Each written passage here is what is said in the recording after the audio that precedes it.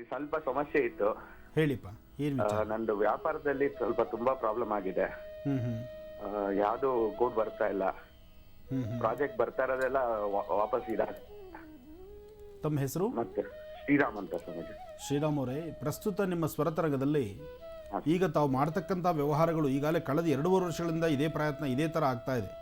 ಎಲ್ಲವೂ ಸಹಿತ ಮನೆ ಬಾಗಿಲವರೆಗೂ ಬರೋದಷ್ಟೇ, ಆದರೆ ಮನೆ ಒಳಗೆ ಬರ್ತಕ್ಕಂಥದ್ದಲ್ಲ.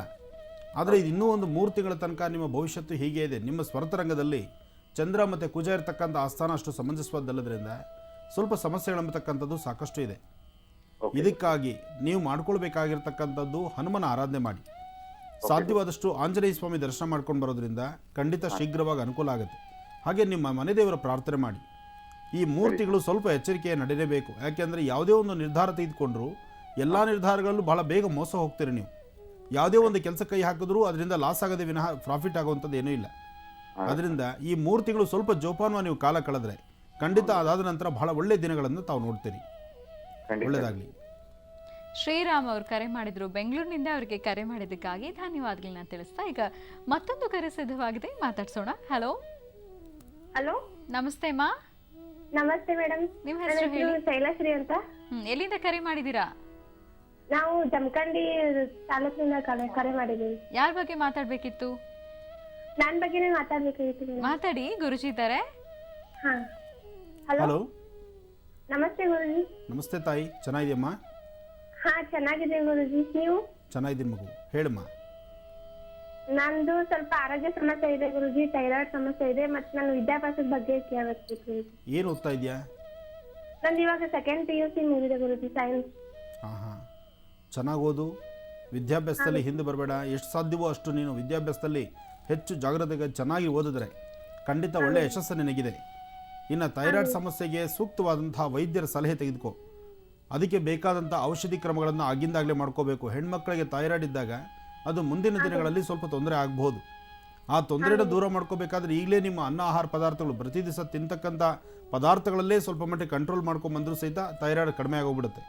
ಅದೇನು ಭಯ ಬೀಳುವಂಥದ್ದು ಏನಿಲ್ಲ, ಅಂತಹ ಭಯ ಪಡುವಂಥ ಅವಶ್ಯಕತೆ ಇಲ್ಲ. ಆದರೆ ಅದಕ್ಕೆ ಸೂಕ್ತವಾದಂಥ ಪ್ರಾರಂಭ ದಿನಗಳಲ್ಲಿ ಅದಕ್ಕೆ ಬೇಕಾದ ಔಷಧಿ ಕ್ರಮಗಳನ್ನು ಮಾಡಿಕೊಂಡ್ರೆ ಖಂಡಿತ ಅನುಕೂಲ ಆಗುತ್ತೆ. ಹಾಗೆ ಜಮಖಂಡಿ ತಾಲೂಕಿಂದ ಅಂತ ತಾವು ಹೇಳಿದ್ರಿ. ನಾನು ಮುಂದಿನ ತಿಂಗಳು ಜಮಖಂಡಿಗೆ ಬರ್ತಾ ಇದ್ದೇನೆ. 15ನೇ ತಾರೀಕು ಇರ್ಬೋದು ಅನ್ಸುತ್ತೆ. 15, 16 ಜಮಖಂಡಿಯಲ್ಲಿ 2 ದಿವಸ ಕಾರ್ಯಕ್ರಮದಲ್ಲಿ ಇರ್ತೇನೆ. ಇದೇ ಫಸ್ಟು. ಹಾಂ, ಕೊಡಮ್ಮ. ಹಲೋ, ನಮಸ್ಕಾರ ಗುರುಜಿ. ನಮಸ್ಕಾರ ತಾಯಿ, ಹೇಳಮ್ಮ. ಗುರುಜಿ, ನನಗೆ ಒಬ್ಬಳೆ ಮಗಳು. ಅವಳು ಪ್ರೆಗ್ನೆಂಟ್ ಇದ್ದಾಗ ನಮ್ಮ ಹಸ್ಬೆಂಡ್ ಡೆತ್ ಆಗ್ಯಾರ ಬರ್ನಿಂಗ್ ಒಳಗೆ. ಈಗ ನನ್ನ ಮಗಳು PUC 2nd ಇಯರ್ 87 ಸೈನ್ಸ್ ಇದು ಪಾಸ್ ಆಗಿದ್ದಾಳ್ರಿ ಸರ್ ಗುರುಕುರ್ಗ. ಆದ್ರೆ ಆಕಿಗೆ ಸ್ವಲ್ಪ ಹೆಲ್ತ್ ಸಮಸ್ಯೆನೂ ಇದೀರಿ ಸರ್. ಅದಕ್ಕೆ ಅಮ್ಮ, ಅವಳು ಓದ್ತಾ ಇದ್ದಾಳೆ, ಚೆನ್ನಾಗಿ ಒಳ್ಳೆ ವಿದ್ಯಾವಂತಳಾಗಿದ್ದಾಳೆ, ಗುಣವಂತಿದ್ದಾಳೆ. ಅದಕ್ಕೆ ಅಗ್ರಿಕಲ್ಚರ್ ಹಾಕಿದ್ವಿ, BSc ಅಗ್ರಿ ಹಾಕಿದ್ವಿ ಸರ್. ಅದು ಮಾಡಿದ್ರೆ ಚೆನ್ನಾಗಿರುತ್ತಾ ಅಂತ ಕೇಳಕ್ ಕಾಲ್ ಮಾಡಿದ್ವಿ. ನಾವೊಂದು ಮಾತು ಹೇಳ್ತೀನಿ ಕೇಳಮ್ಮ. ಫಸ್ಟು ನೀವು ಹಿರಿಯರು ಅವಳಿಗೆ ಮುಂದೆ ಓದಬೇಕಾಗಿರ್ತಕ್ಕಂಥ ಸಬ್ಜೆಕ್ಟ್ಸನ್ನು ನೀವು ಹಿರಿಯರು ನಿರ್ಧಾರ ಮಾಡೋದಕ್ಕಿಂತ ನೀವು ಸದಾಕಾಲ ಜನಸೇವೆ, ಜನಾರ್ದನನ ಸೇವೆ ಅಂತ ಹೇಳಿ ನಿಮ್ಮ ಬಗ್ಗೆ ನಾನು ಸಾಕಷ್ಟು ಕೇಳ್ಪಟ್ಟಿದ್ದೇನೆ. ಯಾಕೆಂದರೆ ಸುತ್ತಮುತ್ತ ಒಳ್ಳೆ ಹೆಸರು ಮಾಡಿದ್ದೀರಿ. ಒಳ್ಳೆ ಹೆಸರು ಅಂದರೆ ನೀವು ಕೊಡುವಂತಹ ಗುಳಿಗೆಗಳಿಂದ ಹೆಸರಾಗಿರುತ್ತೋ ಅಥವಾ ನಿಮ್ಮ ಹಸ್ತ ನೀವು ಬಂದಂಥವ್ರನ್ನ ಪ್ರೀತಿಯಾಗಿ ಮಾತಾಡಿಸಿ ಅವ್ರ ಸಮಸ್ಯೆನ ಆಲಿಸುವಂಥ ಒಂದು ರೀತಿ ಇರುತ್ತೋ, ಅದರಿಂದ ಭಾಳಷ್ಟು ಹೆಸರು ಮಾಡಿದ್ದೀರಿ. ಹೀಗೆ ಇವತ್ತು ಸಾಕಷ್ಟು ಜನ ವೈದ್ಯರು ನಿಮ್ಮಂತೆ ಸೇವೆ ಮಾಡಿದಂಥವ್ರು. ನಿಮ್ಮೆಲ್ಲರಿಗಾಗಿ ಇವತ್ತು ವಿಶೇಷವಾಗಿರ್ತಕ್ಕಂಥ ಈ ಶುಭ ದಿನ ನಿಮ್ಮೆಲ್ಲರಿಗೂ ಭಗವಂತ ಒಳ್ಳೇದು ಮಾಡಲಿ. ತಾವೀಗ ಪ್ರಸ್ತುತ ಎಲ್ಲಿ ಸೇವೆ ಮಾಡ್ತಿದ್ದೀರಿ?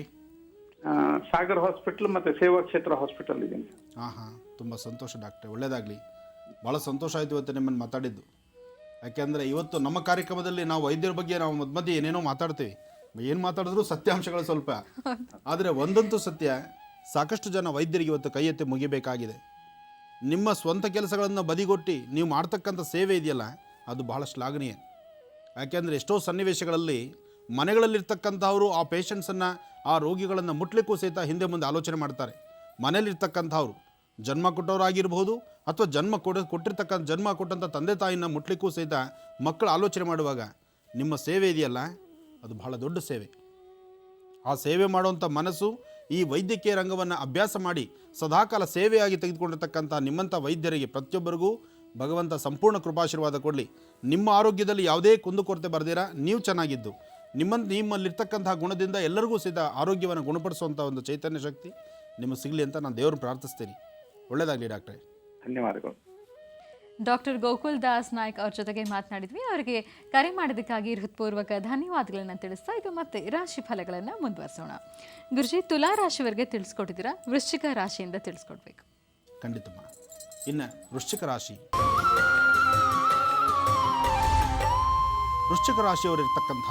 ರಾಶಿಯಲ್ಲಿರ್ತಕ್ಕಂಥವ್ರ ಮನಸ್ಸಿನ ಸ್ಥಿತಿ ಭಾಳಷ್ಟು ಚಂಚಲತೆ ಇದೆ, ಮನಸ್ಸು ಸಮಾಧಾನ ಇಲ್ಲದಂಥ ರೀತಿಯಲ್ಲಿದೆ.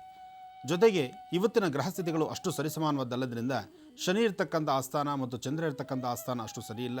ಹಾಗಾಗಿ ಸಣ್ಣ ಪುಟ್ಟ ಸಮಸ್ಯೆಗಳು ಹೆಗಲೇರ್ತಾ ಇರಬಹುದು ಹಾಗೂ ನಡ್ಕೊಳ್ತಕ್ಕಂಥ ರೀತಿ ನೀತಿಗಳಲ್ಲೂ ವ್ಯತ್ಯಾಸ ಕಾಣಬಹುದು. ಏನೇ ಆದರೂ ವೃಶ್ಚಿಕ ರಾಶಿಯಲ್ಲಿರ್ತಕ್ಕಂಥವರು ಆರ್ಥಿಕ ಪರಿಸ್ಥಿತಿಯನ್ನು ಅಭಿವೃದ್ಧಿಪಡಿಸ್ಕೊಳ್ಳೋಕ್ಕಾಗಿ ನೀವು ಮಾಡಬೇಕಾಗಿರ್ತಕ್ಕಂತಹ ನಿಮ್ಮ ಕೆಲಸಗಳನ್ನು ಹೆಚ್ಚು ಅಭಿವೃದ್ಧಿ, ಮನಸ್ಸಿಗೆ ನೆಮ್ಮದಿ ತಂದುಕೊಳ್ಳಬೇಕಾದರೆ ಮಾಡ್ತಕ್ಕಂತಹ ಕಾಯಕಗಳ ಬಗ್ಗೆ ಹೆಚ್ಚು ಜವಾಬ್ದಾರಿ ಬೇಕು. ಜವಾಬ್ದಾರಿಯುತವಾದಂಥ ಸ್ಥಾನದಲ್ಲಿದ್ದು ಜವಾಬ್ದಾರಿ ಕೆಲಸಗಳನ್ನು ನಿಭಾಯಿಸೋದ್ರಿಂದ ಹೆಚ್ಚೆಚ್ಚು ಲಾಭವನ್ನು ನೋಡಬಹುದು. ಹಾಗೆ ವೃಶ್ಚಿಕ ರಾಶಿಯಲ್ಲಿರ್ತಕ್ಕಂಥವರು ನಿಮ್ಮ ಆರೋಗ್ಯದ ಬಗ್ಗೆ ಸಾಕಷ್ಟು ಕಾಳಜಿ ವಹಿಸ್ಕೋಬೇಕು. ಆರೋಗ್ಯದಲ್ಲಿ ಸಣ್ಣ ಪುಟ್ಟ ವ್ಯತ್ಯಾಸಗಳು, ಮನಸ್ಸಿಗೆ ನೆಮ್ಮದಿಯಿರತಕ್ಕಂಥದ್ದು, ಅತಿಯಾದಂಥ ಚಂಚಲತೆಯಿಂದ ಉಂಟಾಗಿ ಮಾಡಬೇಕಾದಂತಹ ಕೈಂಕರ್ಯಗಳನ್ನು ಬದಿಗೊಟ್ಟತಕ್ಕಂಥದ್ದು, ಇಂತಹ ಸಮಸ್ಯೆಗಳಿಂದ ಸಾಕಷ್ಟು ನೋವನ್ನು ಅನುಭವಿಸ್ತೀರಿ. ಎಚ್ಚರ ಇರಲಿ. ಸಾಕಷ್ಟು ಇವತ್ತಿನ ದಿವಸ ಸಾಧ್ಯವಾದರೆ ನಿಮ್ಮ ಮನೆದೇವರ ಪ್ರಾರ್ಥನೆ ಬೇಕು. ಜೊತೆಗೆ ಕಪ್ಪು ಬಣ್ಣದ ಶ್ವಾನಕ್ಕೆ ನಾಯಿಗೆ ಕಪ್ಪು ಬಣ್ಣದ ನಾಯಿಗೆ ನಿಮ್ಮ ಕೈಯಿಂದ ಏನಾದರೂ ಒಂದಿಷ್ಟು ಪದಾರ್ಥಗಳನ್ನು ಹಾಕೋದ್ರಿಂದ ಇವತ್ತಿನ ಬಂದೊದಗತಕ್ಕಂಥ ಸಮಸ್ಯೆಗಳಿಂದ ಮುಕ್ತರಾಗ್ತೀರಿ. ಇನ್ನು ಧನುರಾಶಿಯಲ್ಲಿರ್ತಕ್ಕಂಥವ್ರು ರಾಶಿ ನಕ್ಷತ್ರಚಾರ ಪ್ರಕಾರ ಧನುರಾಶಿಯಲ್ಲಿರ್ತಕ್ಕಂಥವ್ರಿಗೆ ಆರ್ಥಿಕ ಪರಿಸ್ಥಿತಿ ಅಭಿವೃದ್ಧಿ ಇದೆ, ಮನಸ್ಸಿಗೆ ಶಾಂತಿ ಇದೆ, ನೆಮ್ಮದಿಯುತವಾದಂತಹ ಕಾಲ. ಇವತ್ತು ಅಂದುಕೊಂಡಂತಹ ಕೆಲಸ ಕಾರ್ಯಗಳನ್ನು ಸಿದ್ಧಿಪಡಿಸ್ತಕ್ಕಂಥ ಕಾಲ. ಇವತ್ತು ಯಾವುದೇ ಕೈಂಕರ್ಯಗಳನ್ನು ಮಾಡಿದ್ರೂ ಇವತ್ತು ಲಾಭವನ್ನು ಕಾಣ್ತೀರಿ. ಹಾಗೆ ನಿಮ್ಮ ಮನೆ ದೇವರ ಆರಾಧನೆ ಮಾಡಿ, ಜೊತೆಗೆ ತಾಯಿ ಮಹಾಲಕ್ಷ್ಮಿಯೋ ಅಥವಾ ಶಕ್ತಿ ದೇವಸ್ಥಾನಕ್ಕೋ ಹೋಗಿ ದೇವಿನ ರಾಹುಕಾಲದಲ್ಲಿ ದರ್ಶನ ಮಾಡೋದ್ರಿಂದ ಮತ್ತಷ್ಟು ವಿಶೇಷವಾದಂಥ ಫಲವನ್ನು ಧನುರಾಶಿಯವರು ಪಡಿತೀರಿ. ಧನುರಾಶಿಯಲ್ಲಿರ್ತಕ್ಕಂಥವರು ಇವತ್ತು ನೀವು ಮಾಡುವ ಕೈಂಕರ್ಯಗಳಲ್ಲಿ ಮತ್ತಷ್ಟು ಅಭಿವೃದ್ಧಿ ಕಾಣಬೇಕಾದರೆ ನೀವು ಮಾಡಬೇಕಾಗಿರ್ತಕ್ಕಂಥದ್ದು ತುಳಸಿಯ ಪ್ರಾರ್ಥನೆ ಮಾಡಿ, ಅಶ್ವತ್ಥನ ಆರಾಧನೆ ಮಾಡಿ. ಮೂಲತೋ ಬ್ರಹ್ಮರೂಪಾಯ ಮಧ್ಯಾಂತೋ ವಿಷ್ಣುರೂಪಿಣಿ ಅಗ್ರತಂ ಶಿವರೂಪಾಯ ವೃಕ್ಷರಾಜಾಯತೆ ನಮಃ. ಹೀಗೆ ವೃಕ್ಷರಾಜನ್ನ ಪ್ರಾರ್ಥನೆ ಮಾಡೋದ್ರಿಂದ ಮತ್ತಷ್ಟು ವಿಶೇಷವಾದಂಥ ಫಲವನ್ನು ಸಿದ್ಧಿಪಡಿಸ್ಕೊಳ್ಬಹುದು.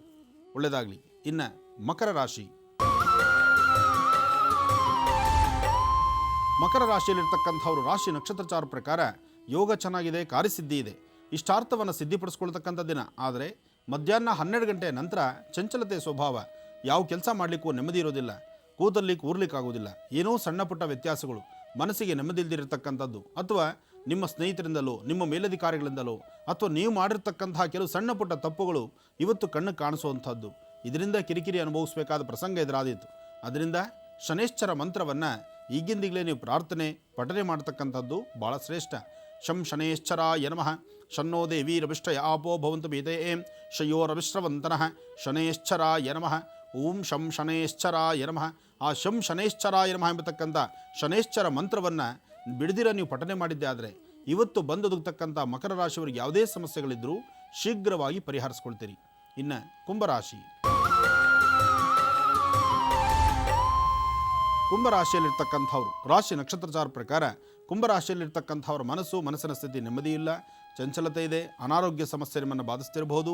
ಮನಸ್ಸಿಗೆ ನೆಮ್ಮದಿ ಇರತಕ್ಕಂಥದ್ದು, ಮೈಕೈ ನೋವಿಂದ ಬಹಳಷ್ಟು ನರಳುವಂಥದ್ದು, ಹಾಗೆ ಸಮಸ್ಯೆ ಕಷ್ಟಗಳಂತಕ್ಕಂಥದ್ದು ಹೇಗೆ ಯಾವಾಗ ಯಾವ ಪ್ರಕಾರ ಆಗುತ್ತೋ ಅದು ಅರಿವಿಲ್ಲದಂಥ ರೀತಿಯಲ್ಲಿರುತ್ತೆ. ಆದರೆ ನೀವು ನಡ್ಕೊಳ್ಬೇಕಾದಂತಹ ರೀತಿ ನೀತಿಗಳಲ್ಲಿ ಮಾತ್ರ ಸಾಧ್ಯವಾದಷ್ಟು ಭಗವತ್ ಸಂಕಲ್ಪ ಮಾಡಿ ದೇವರ ಆರಾಧನೆ ಅಥವಾ ನಿಮ್ಮ ನಂಬಿರ್ತಕ್ಕಂತಹ ದೈವದ ಆರಾಧನೆ, ನಿಮ್ಮ ಮೇಲಿರ್ತಕ್ಕಂತಹ ನಿಮ್ಮ ಗುರುಗಳ ಒಂದು ಮಾರ್ಗದರ್ಶನ, ಇದೆಲ್ಲದರ ಬಗ್ಗೆ ನೀವು ಚಿಂತನೆ ಮಾಡ್ತಾ ಹೊರಟ್ರೆ ಆಗ ಕುಂಭರಾಶಿಯವರಿಗೆ ಒಂದಿಷ್ಟು ಬೆಳಕನ್ನು ಕಾಣ್ಬೋದು. ಸಾಧ್ಯವಾದರೆ ಹರಿಯುವ ನೀರಲ್ಲಿ ಗಂಗಾದೇವಿನ ಆರಾಧನೆ ಮಾಡ್ತಕ್ಕಂಥದ್ದು ಅಥವಾ ಸಮುದ್ರ ಸ್ನಾನ ಮಾಡ್ತಕ್ಕಂಥದ್ದು ಅಥವಾ ವಿಶೇಷವಾಗಿರ್ತಕ್ಕಂಥ ಯಾವುದಾದ್ರೂ ಶಕ್ತಿ ಕ್ಷೇತ್ರಗಳಲ್ಲಿ ಶಕ್ತಿಯ ಕ್ಷೇತ್ರದಲ್ಲಿ ಒಂದು ರಾತ್ರಿ ಮಲಗಿದ್ದು ಪ್ರಾರ್ಥನೆ ಮಾಡಿ ಬರ್ತಕ್ಕಂಥದ್ದು ಇದು ಬಹಳಷ್ಟು ವಿಶೇಷವಾಗಿರುತ್ತೆ. ಕುಂಭರಾಶಿಯವರು ಆರ್ಥಿಕ ಪರಿಸ್ಥಿತಿ ಅಭಿವೃದ್ಧಿಯನ್ನು ತಂದುಕೊಳ್ಳೋದಕ್ಕೂ ಸಹಿತ